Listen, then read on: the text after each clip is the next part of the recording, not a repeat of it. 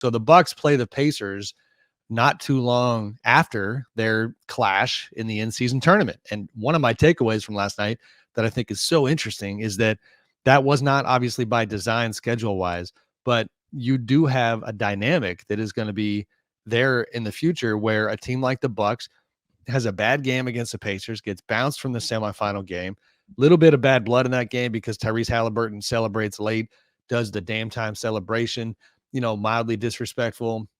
Pacers get their flowers. Pacers move on to the title game. About a week later, Bucks are playing the Pacers again. Obviously, Giannis. I found this on the web from Pacers. Get their flowers. Wow. Hold on, guys. Siri wants to get in. I did. That's great. You might want to leave that in the pod. That was pretty good. All right. They play again. And my God, the feelings and the emotions were clearly pretty raw. And having been in Vegas and seen the Bucks Pacers game, as you guys know, a couple things happened that night. Chris Haynes of BR reported that Bobby Portis postgame had challenged essentially first-year coach Adrian Griffin, some of the players on the team as well. It was just, in general, it was a pretty heated Bucks locker room. They were frustrated with the way they played, the way things were going. The word disorganized was used by Giannis a lot. Not great vibes around the Bucks. So in a way, the Pacers kind of represented this squad that had kind of come in and given them a bit of an identity crisis, or at least confirmed, I think, a lot of the concerns that they had at that point. So if they're going to go lose to the Pacers again a week later, then the Bucks might be in full panic mode. So Giannis decides, I'm not letting that happen. He ends up scoring 64 points, franchise record, personal high, obviously. More specifically, it's funny because in the in-season tournament, guys, you had all this stuff where teams were breaking all the unwritten rules of basketball in order to, get point differential advantages, things of that nature. Well, you don't have the IST excuse anymore, but here comes the Bucks and Adrian Griffin and Giannis kind of, pouring it on the Pacers late. Now, I know the lead got cut to 10, with like a minute and a half left, but Giannis was out for the night, and then he was back, and then he's dunking on their heads. Yes, sir. He also, remember, he got thrown down in the middle of the game by, I believe. I know. I can't even get to everything that happened. Naismith, he got thrown down by Naismith, who's kind of their enforcer. He was that way in Vegas too. That didn't go over well. Bobby Portis ends up getting ejected because he's chirping, I think, with Naismith. You also had, Giannis was on one last night. I forget what quarter this was, but Giannis, so Tyrese hits a bucket and he's flexing a little bit to the crowd and he's showing a little bit of that kind of that little swag that he has that they didn't really enjoy in Vegas. And Giannis gives him a good old Pistons / Draymond style bump when he comes back at him and Tyrese hits the deck. This was real chippy basketball. Now, post game, again, apologies for everybody who saw this. I just got to give the context. Post game, Giannis is clearly excited about getting the game ball. Now, he says it was for Dame. I like Giannis a lot. To be honest with you, I don't totally buy it. I think the ball was for him. Although he does say that he was offering to give it to Dame because Dame became the fifth most. He was number 5 on the list of all-time three-pointers. Again, a lot happened at that game. So the game ball, yeah, exactly. But guys, Giannis, before you know it, post game is running in a full sprint toward the Pacers locker room, chasing the game ball that he believed had been taken by the Pacers. There was actually, as Pacers coach Rick Carlisle called it, a fracas in the hallway with players getting into it a little bit.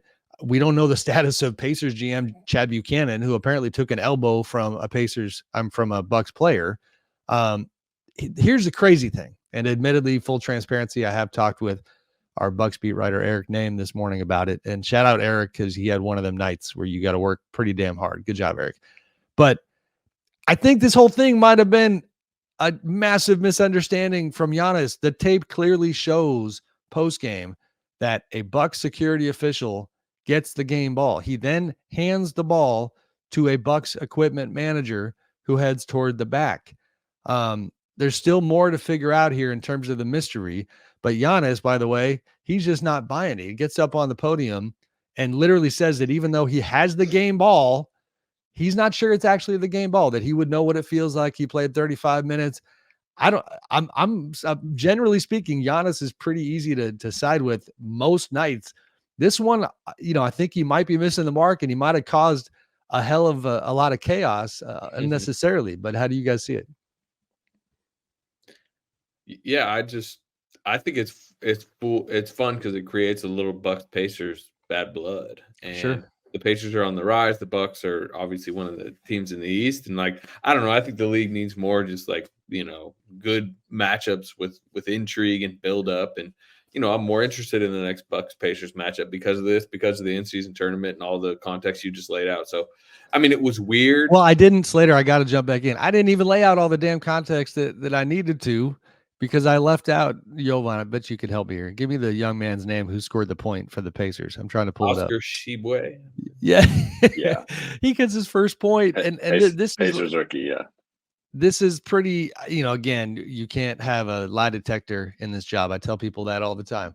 But if I'm not going to believe Giannis about the Dame thing, I don't think I believe the Pacers when it comes to the idea that now we're just trying to get Oscar that game ball for his 1 point. Now, I know that typically would be a thing, but in today's segment of one of these things is not like the other. Oscar's free throw compared to Giannis Antetokounmpo setting a franchise record in scoring or Dame being number 5 in threes, it felt like the Pacers essentially were like, you know what, if you're going to bump Tyrese, if you're going to cause problems, if you're going to act this way, we're going to piss you off by doing something with the game ball, even though they might not have done anything. So I don't know. There's I need clarity here. This is nuts. Well, this was happening last night during post game. The Lakers Spurs game started at the same time as Bucks Pacers. So like in real time, we're interviewing Darvin and players post game, and then I'm seeing all these tweets and like trying to keep up with everything. And it's pretty wild. It felt like every few minutes there was like a new update on the situation. We didn't even get into like I thought the funniest part of the night was Thanasis having to be held back when Giannis was thrown down by like kind of holding himself back, right? Kind of holding himself back too. I'm coming, I swear, but I'm not really. Hold my elbow. Yeah. So that was like the funniest part of the night. But no, I mean I think it's good for basketball. Obviously you want to keep it within certain lines, and if people are getting injured by elbows non-players are getting injured by post-game elbows, like that's crossing the line. But I think it's fun. I think this is now becoming something of a rivalry, and in today's game, just because of the roster turnover and really the personnel turnover, coaches year over year, front offices, players, like you don't have those same rivalries that we had in the 80s, 90s, 2000s, where teams would play each other in the playoffs and then they play each other 4 times in the regular season, and it was like you just had this history build up. And those things still happen now. It's just with the roster turnover, it's no longer the same. So for me, I'm all for any types of rivalries and ejections and altercations and all that stuff. I think it's fun, and I know the league doesn't always love that stuff, but I think it just adds a fun wrinkle to this. So for me, I was for it. I thought both sides were being petty, and both sides kind of had their reasoning for it. But of course, Giannis deserves the game ball. I also think I don't know exactly the custom in this situation, but like it's the home team, in my opinion, should also get the preferential treatment there. Where I get it, like it's a rookie first point. He deserves a game ball, but he should have probably gotten the secondary game ball, and then Giannis gets the primary one. So post-game beer. I think that's what you give that young fella on a night like that. It was crazy. I'll keep it moving with this, but like, did you guys actually see that video of when Giannis comes back out and Lloyd Pierce is playing Peacemaker, now a Pacers assistant coach? You got Chris Middleton out there. I forget who else was there, but Lillard was there. He was like kind of laughing. Dame was there. Well, and Haliburton. Haliburton. Yeah. So what I wanted to highlight was, man, Tyrese, this is interesting because it's like, okay, clearly from Giannis, and Giannis probably isn't alone here.